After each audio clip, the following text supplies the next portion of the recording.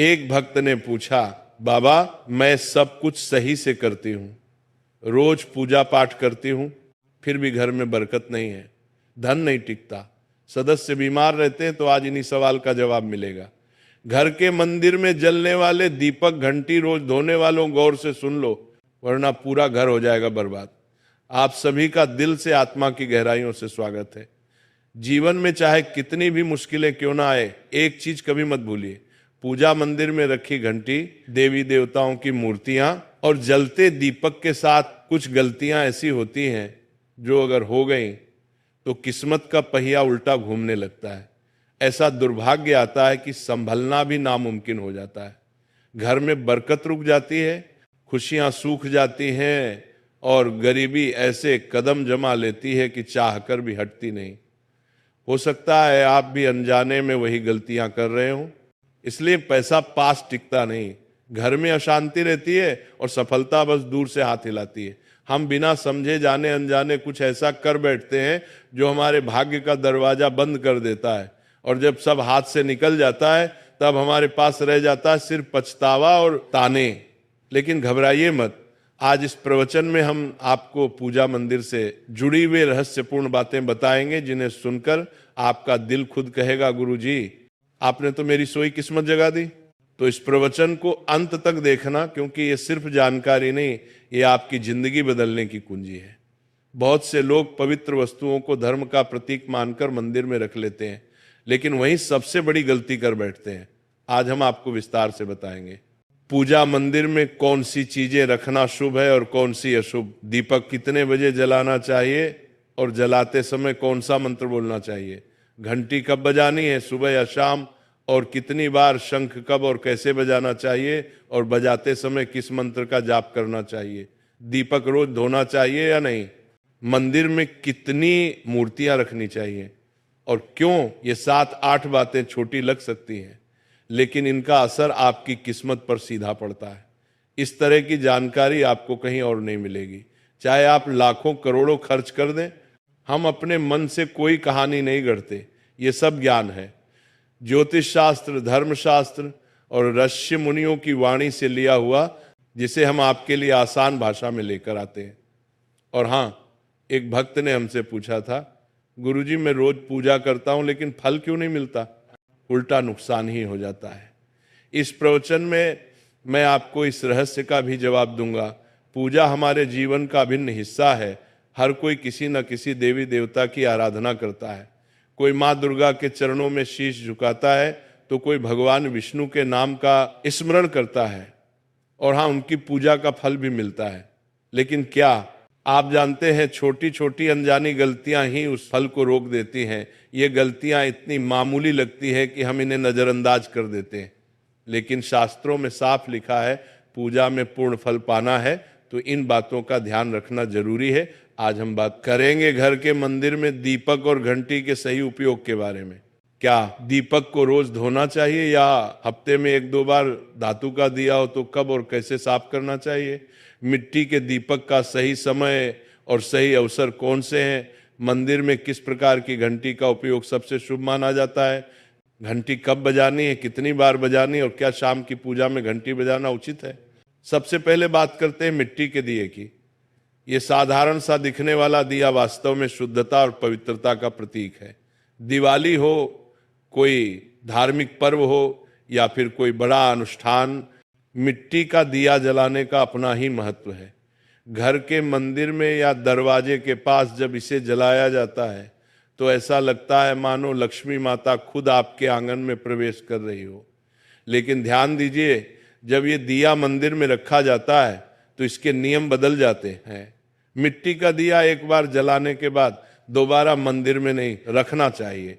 हर बार नया मिट्टी का दिया ही उपयोग करना शुभ माना गया है। ऐसा करने से वास्तु दोष दूर रहता है और घर में बरकत बनी रहती है।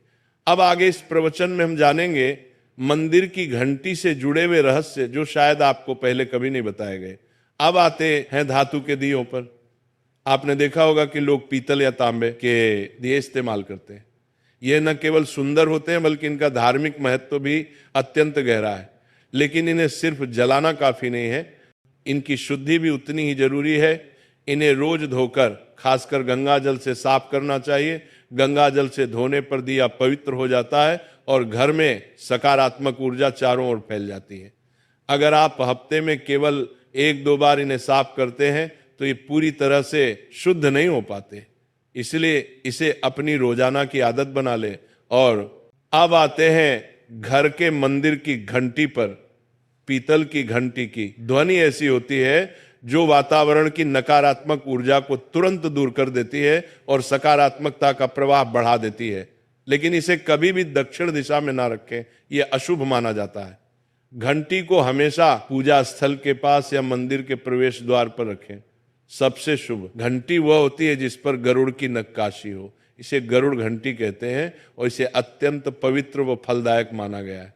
अब सवाल आता है, घंटी कितनी बार बजानी चाहिए? भोग लगाते समय घंटी को 5 बार बजाएं। ऐसा करने से भगवान भोग को जल्दी स्वीकार करते हैं।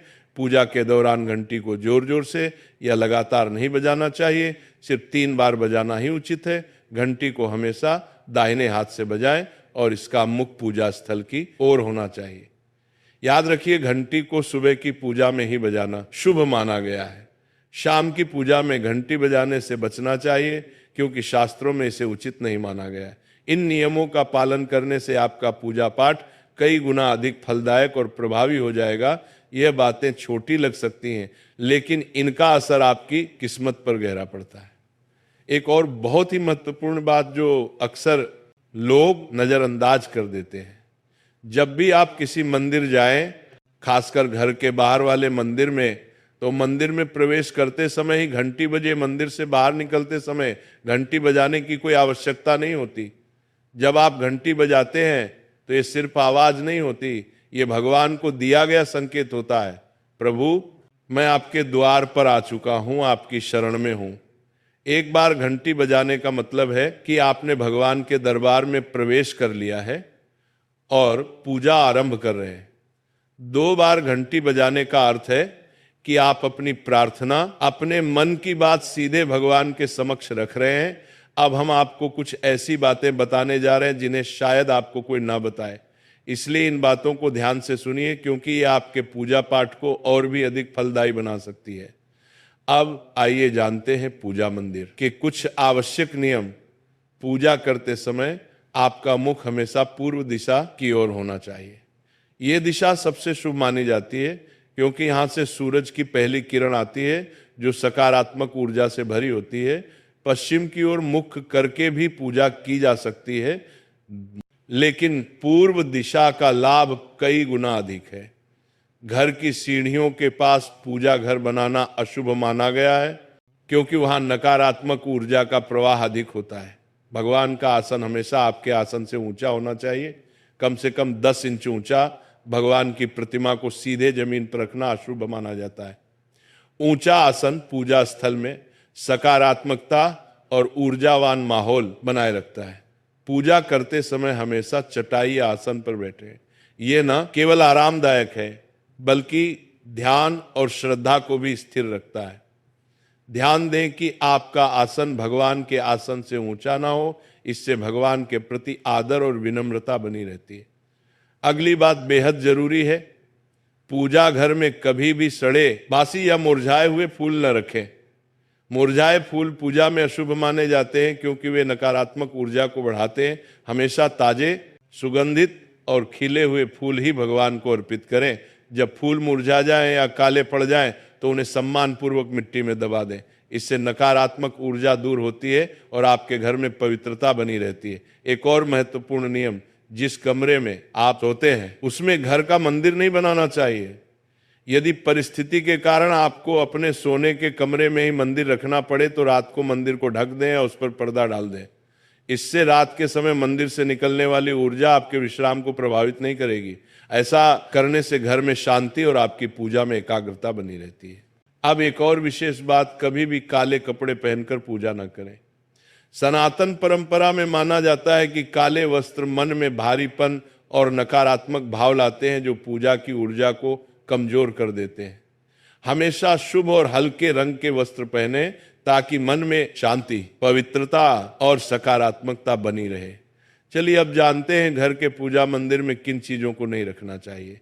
किसी भी देवी देवता की एक ही तस्वीर या मूर्ति रखें।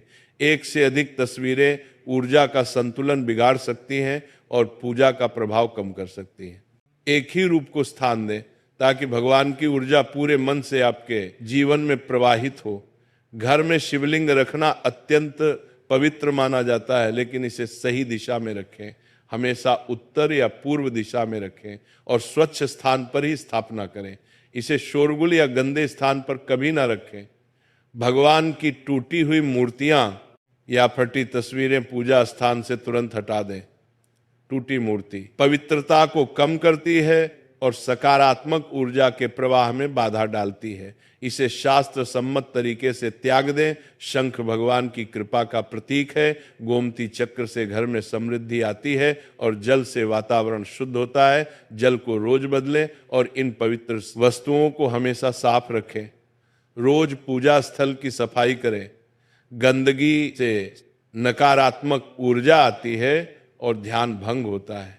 स्थान को सुंदर, सुव्यवस्थित और सुगंधित रखें ताकि मन सहज रूप से भगवान में लग सके।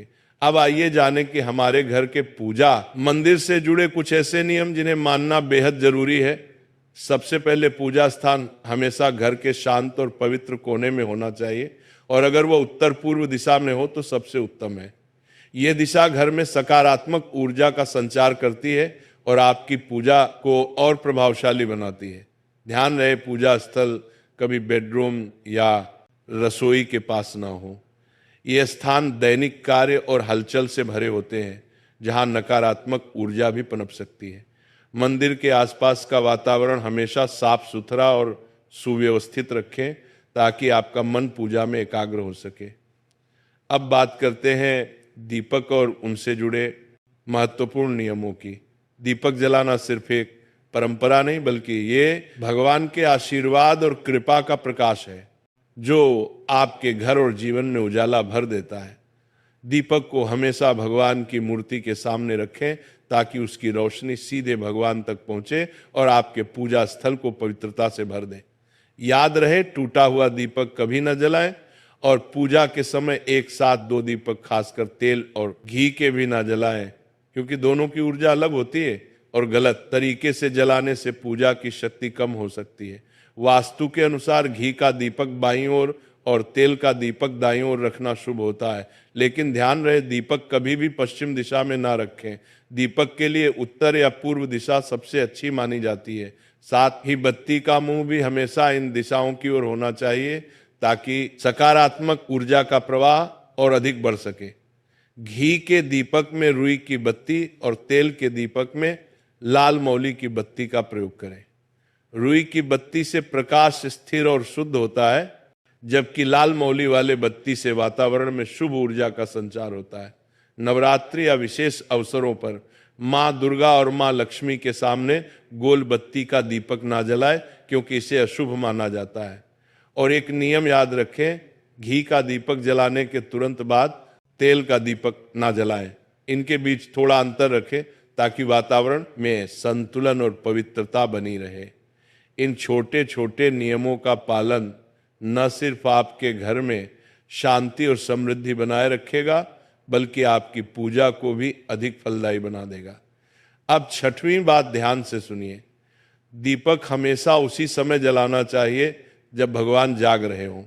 जैसे सुबह के शांत और पवित्र समय में जब पहली किरणें धरती को छूती हैं, उस समय पूजा करते हुए दीपक जलाएं।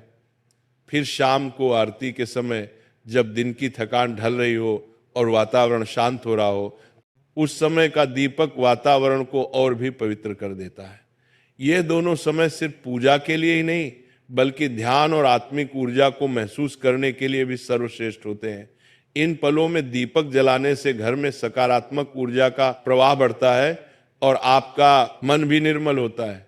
7वीं बात, दीपक जलाना केवल धार्मिक नियम नहीं है, वास्तुशास्त्र और ज्योतिष शास्त्र में भी इसका गहरा महत्व बताया गया है। दीपक जलाने से न केवल घर में सकारात्मक ऊर्जा का संचार होता है बल्कि हमारे जीवन के 7 चक्रों को संतुलित करता है। यह नकारात्मकता को दूर करके वातावरण को शुद्ध करता है और आपके मन को शांति प्रदान करता है। दीपक की हल्की स्थिर लौ मानो भगवान का आशीर्वाद आपके जीवन को रोशन कर रही हो। इसीलिए जब भी आप दीपक जलाएं, ऊपर बताए गए सभी नियमों का पालन जरूर करें। यही नियम आपके जीवन में भगवान की कृपा को स्थायी बनाएंगे और घर में सकारात्मकता का प्रवाह निरंतर बनाए रखेंगे।